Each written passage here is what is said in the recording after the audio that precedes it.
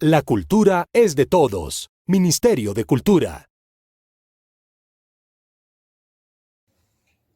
Hola, ¿qué tal? Bienvenidos a esta plataforma audiovisual de artistas tolimenses que llevamos desde la Fundación Cultural y Social Pijao con el apoyo del Ministerio de Cultura hasta sus casas. En esta ocasión seguimos con el contenido internacional y se trata de un periodista, escritor tolimense, nacido en Ibagué, pero que ha desarrollado gran parte de su carrera en París. Se trata de Ricardo Abdala. Gran casualidad es papá, que era militar, estaba en el batallón RUC, y mi mamá, que era enfermera, estaba haciendo su año rural en Ibagué. Se casaron muy rápido y yo nací también muy rápido. Pues mi papá, precisamente siendo militar, mi mamá era una estudiante de universidad pública, muy activa, muy de izquierda. Entonces se encontraron esos dos mundos muy diferentes. Una mamá de educación muy liberal, muy de izquierda, un papá muy conservador, muy católico. Como que había una casa en algún lugar que se llama la Cuarta Estadio, que por ahí cerca vivía Santo Fimi, en una casa, pues en una mansión enorme. Que la casa donde vivían mis papás y donde vivía yo asustaba. Escuchaban ruidos, movían las sillas por la noche. Mi mamá pues además estaba sola en esa época porque mi papá estaba pues en el orden público, en el monte. Entonces ahí viví recién nacido y después al poco tiempo trasladaron a mi papá a Bogotá. Mi infancia y adolescencia hasta los 15 o 16 tuve unos primeros años de mucha introspección, mucha lectura, pues mi mamá tenía una biblioteca, mi abuelo nos había enseñado a leer y después cuando ya nos fuimos a vivir a un conjunto pues fueron años de mucha calle, gaminería, callejear pues y música, ¿no? Entonces también ahí empecé como a escuchar rock y todo eso. En Bogotá, estudié en el Colegio del Ejército, en Bogotá, en el Patria. Es como esos dos momentos muy diferentes, ¿no? La educación muy de casa. Mi abuela, la mamá y mi papá nos leía mucho, nos leía unos cuenticos pequeños que vendían en el almacén Tía. A mí me gustaba leer, pues mi mamá tenía una biblioteca con García Márquez, con los libros de círculo de lectores. Pues por un lado está como eso que nos inculcaba, pues que nos enseñó mi abuela, más la biblioteca de mi mamá, más el hecho de que vivíamos en un edificio que hay en una calle donde pasaba mucho carro, entonces no se podía salir. Recuerdo, sí, había los libros de García Márquez y había libros de Edgar Allan Poe, así como las cosas que salían en esas colecciones de literatura que tienen siempre, una de Hemingway como Adiós a las armas o algo así, y una de Poe y eso estaba por ahí en la casa. Teníamos acceso a los libros, ¿no? Entonces estaba ahí, era como natural. Yo fui muy buen estudiante como hasta octavo, o sea, muy buen estudiante como primer puesto. Pues venía como con un bagaje como para defenderme, pero era vago, o sea, no hacía tareas, entonces perdía una materia y al siguiente semestre otra y luego otra y otra. No, como no perdía la misma siempre, pues terminaba por pasar el año, ¿no? Además era un colegio militar y bueno, pues esa cosa como... Mi cuento era descubrir la música rock, entonces pues yo no me podía dejar el pelo largo, pero intentaba dejármelo un poquito largo, entonces los profesores llamaban a mi mamá y mi mamá me alcahueteó y me alcahuetea todo, o sea, ella me decía, no, o sea, igual desde que la llevé en el estudio, hágale de religión, los de filosofía, no. En unos cuadernos que regalaba la empresa licorera de Santander, me acuerdo, unos cuadernos rosados. Yo escribía, y mi mamá todavía tiene eso, ¿no? Cuando me empezó a interesar la música, escribía canciones, ¿no? Obviamente, entonces escribía canciones, sí, como hoy mi sueño es anarquía, destruir el sistema, tal, así. Tengo muy mal oído,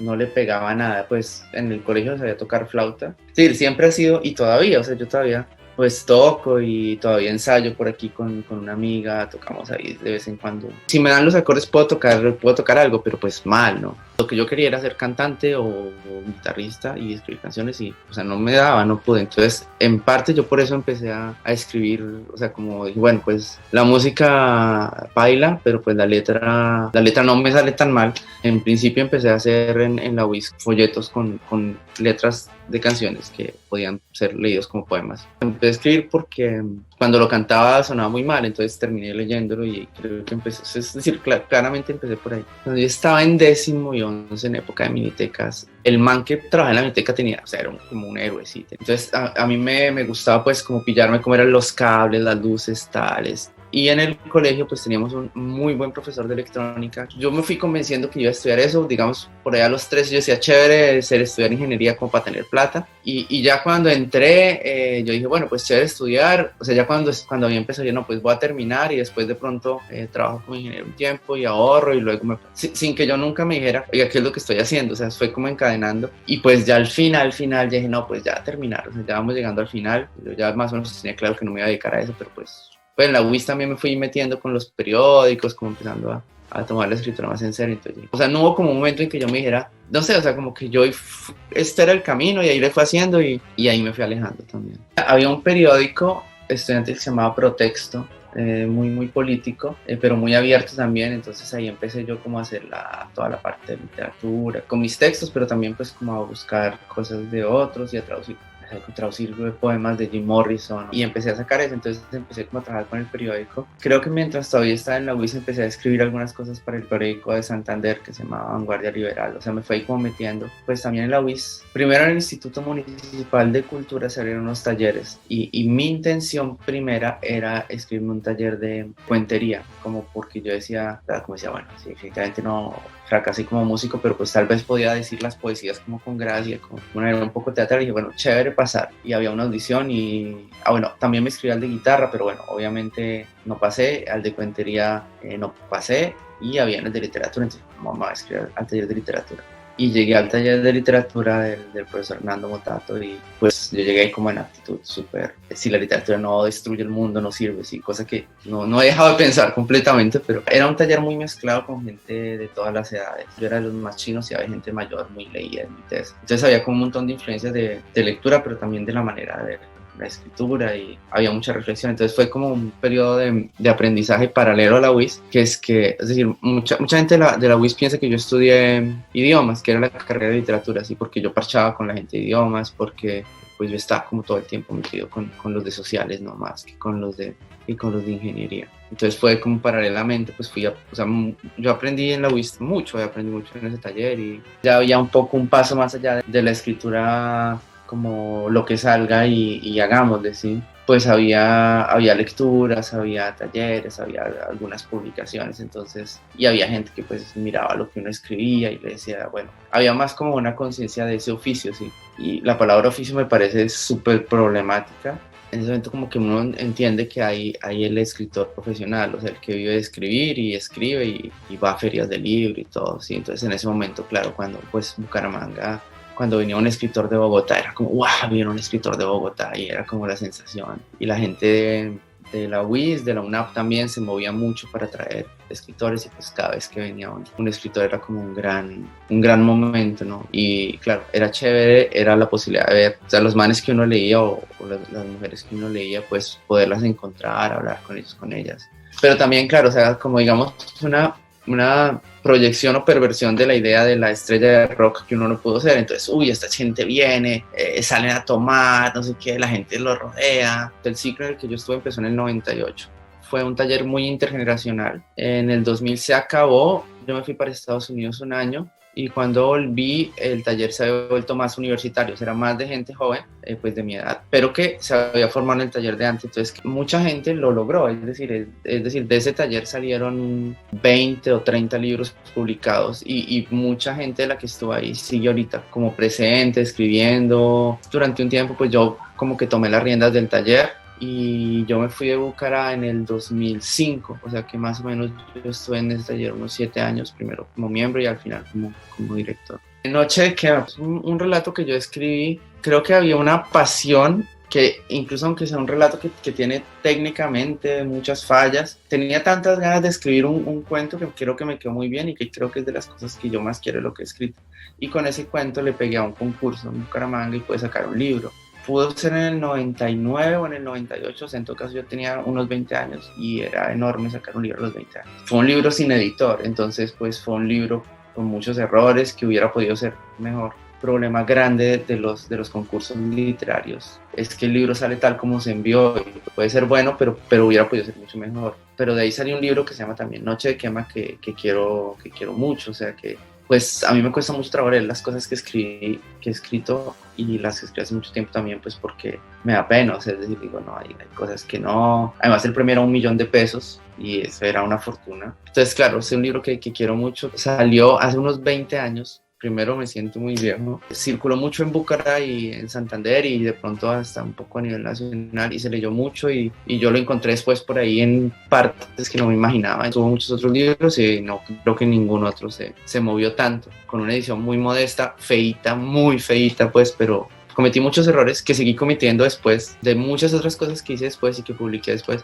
que no me gusta mucho que estén por ahí. Hubo una novela corta también por una convocatoria. Claro, al jurado le pareció chévere, pero nadie después se tomó el tiempo de decir, vamos a meterle mano, ¿no? Y de ahí siguieron varios. Un libro no es imprimirlo. Y no es imprimirlo y darle al autor 200 copias y decirle véndalas, porque pues mis tíos felices me las compraban. Yo las regalaba pues por ahí para impresionar a alguien. He tenido la suerte de trabajar como periodista con muy buenos editores y de ver que pues un texto gana con una edición. Y segundo, pues son libros que se imprimieron y se distribuyeron de mano en mano. O sea, no sé, eran esas convocatorias de la gobernación, me las ganaba, salían 1.000 libros y nunca tal vez están en alguna bodega todavía.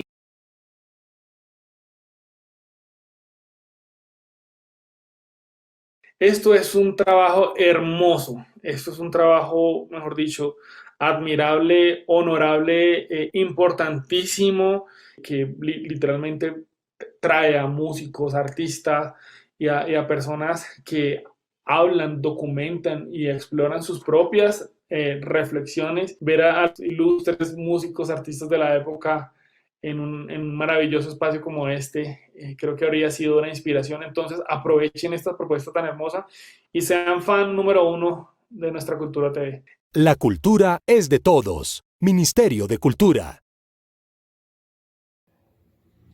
Desde hace varios años, como lo contaba Ricardo, se fue para Francia y desde ahí ha tenido la oportunidad de seguir escribiendo para los medios de comunicación más importantes del país. Ahora lo hace también a nivel internacional, como por ejemplo en Al Jazeera.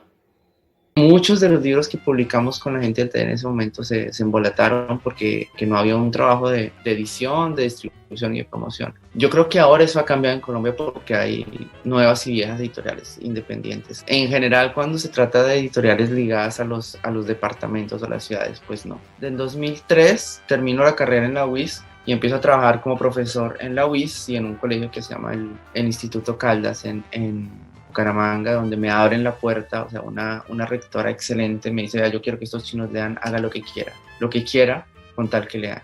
Los de cuarto primaria vamos a hacer con plastilina los monstruos del bestiario de Borges, los de quinto primaria vamos a hacer con basura las naves espaciales de Asimov. Es el mejor trabajo que yo tuve en la vida, fueron esos 2 años de profesor con niños y jóvenes. ¿Sabe que la rectora me alcahueteaba? Sacamos un libro, hicimos festivales de teatro, varios de mis estudiantes terminaron estudiando literatura o periodismo o cine. Creo que eso no me lo perdonan todavía cuando se dan cuenta que uno no gana mucho con eso. O sea, siento que ahí esos 2 años fueron los años en los que yo dejé huellas. Más que lo que yo pueda haber escrito. Sí, yo creo que mi huella en la literatura, modestamente, fueron mis 2 años de profesor. O sea, un montón de pelados y peladas que pasaron por ahí y que les quedó el gusto de escribir. Pues pasé 2 años y en 2005 yo llego a Bogotá. Puede que eso haya cambiado, pero pues en esa época la literatura se hacía en Bogotá, entonces yo llego sin nada a golpear puertas. El mundo de las revistas, que es un mundo en esa época pues elitista, finalmente, gente que ha salido buenos colegios de Bogotá. En la revista Rolling Stone me abren la puerta. Y por otro lado, en el Malpensante, pues yo llego como pido cita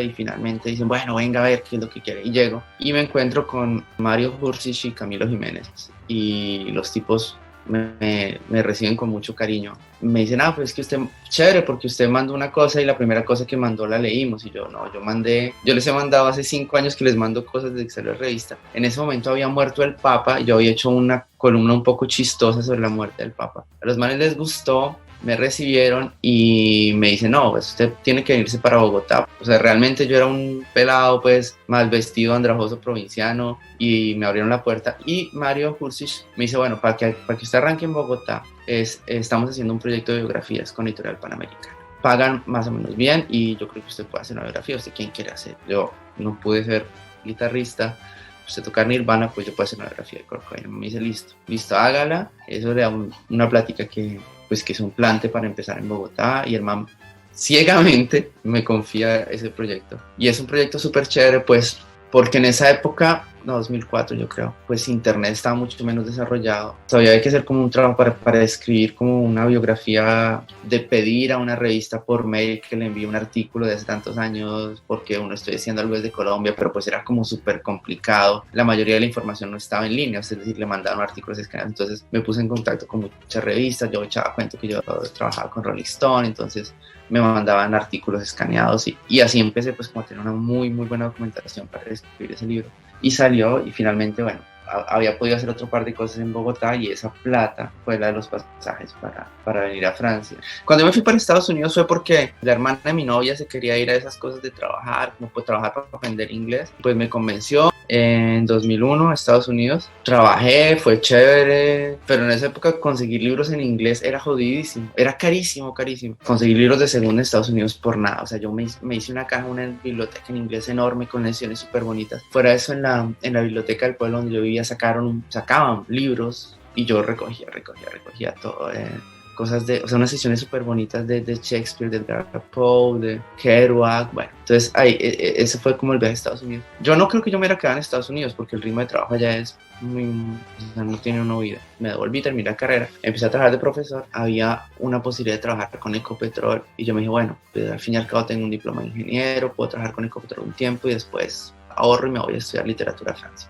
Y en ese momento alguien me habla de unas becas para enseñar español en Francia. Pues yo ya había empezado a escribir para revistas, entonces yo le planteé a la gente de la Rolling Stone, vea, o sea, yo en París puedo acceder a cosas que son muy difíciles ya, pues porque la gente no va. En esa época, por mi pasado rockero, pues el sueño uno era como conocer a un rockero, y entonces empecé a escribir, y pues finalmente era muy interesante.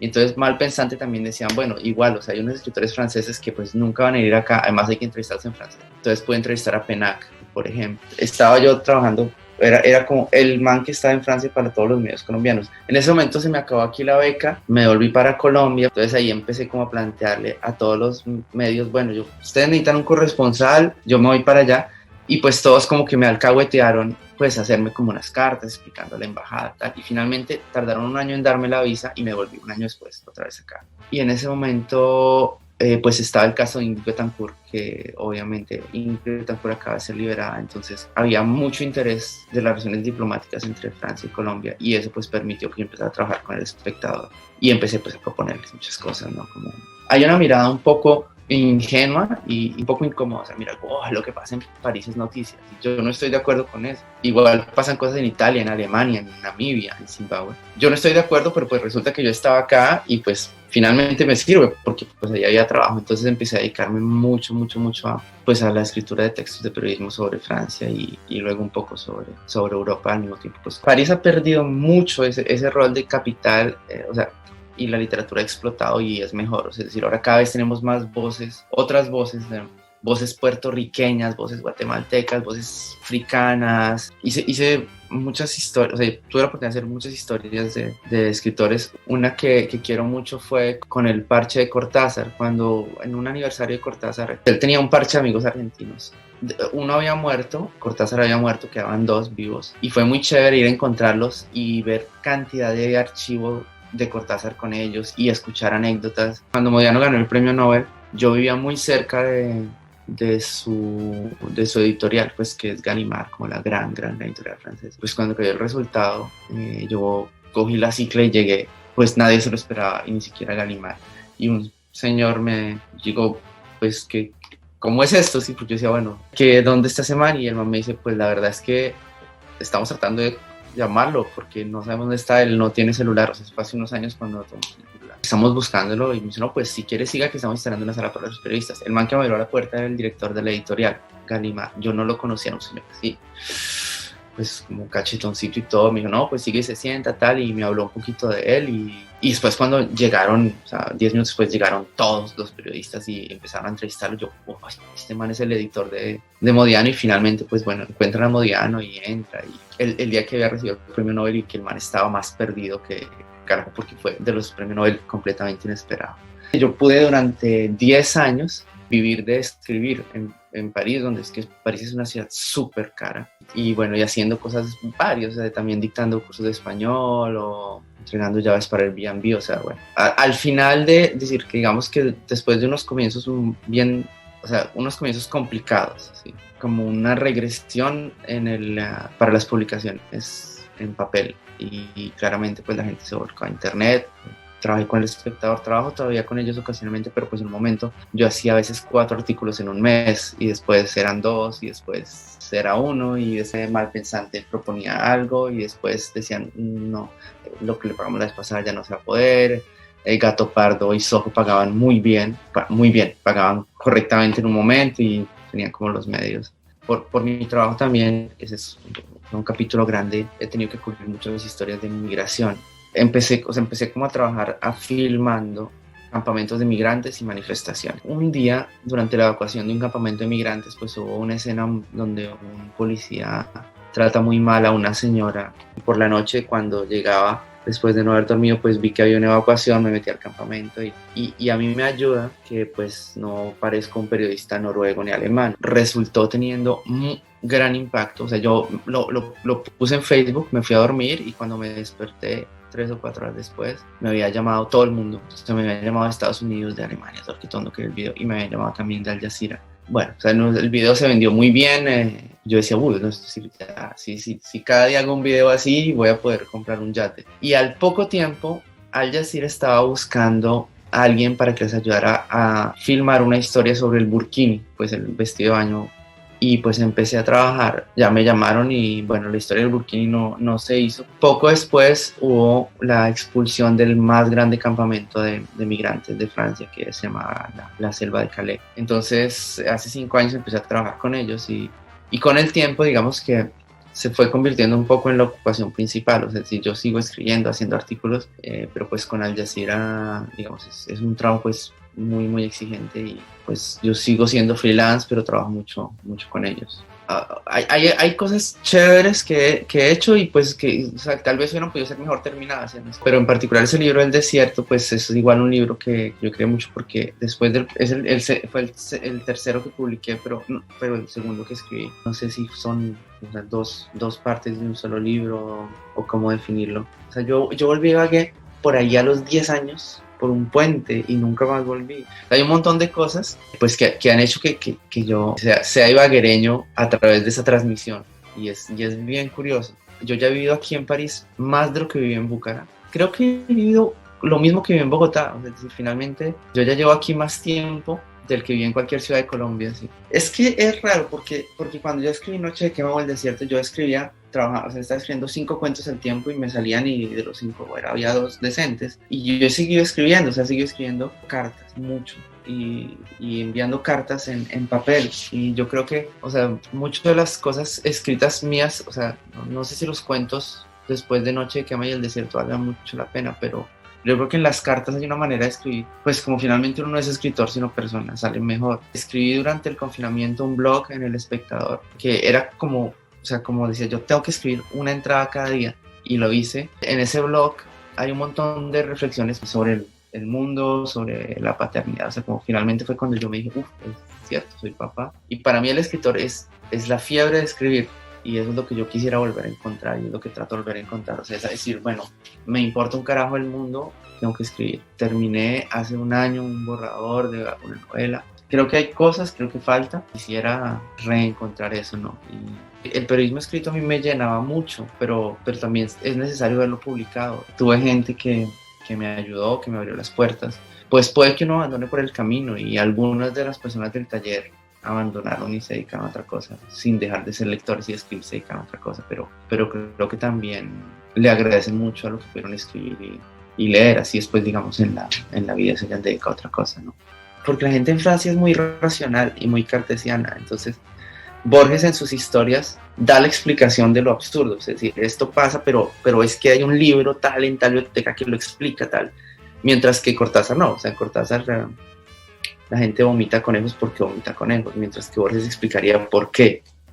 Entonces, es curioso porque en la tumba de Cortázar, a donde fui con ellos, pues siempre son latinoamericanos los que están.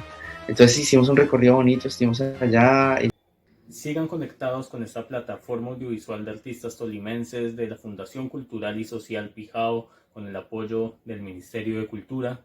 Sigan conociendo los artistas tolimenses que nos representan por el mundo.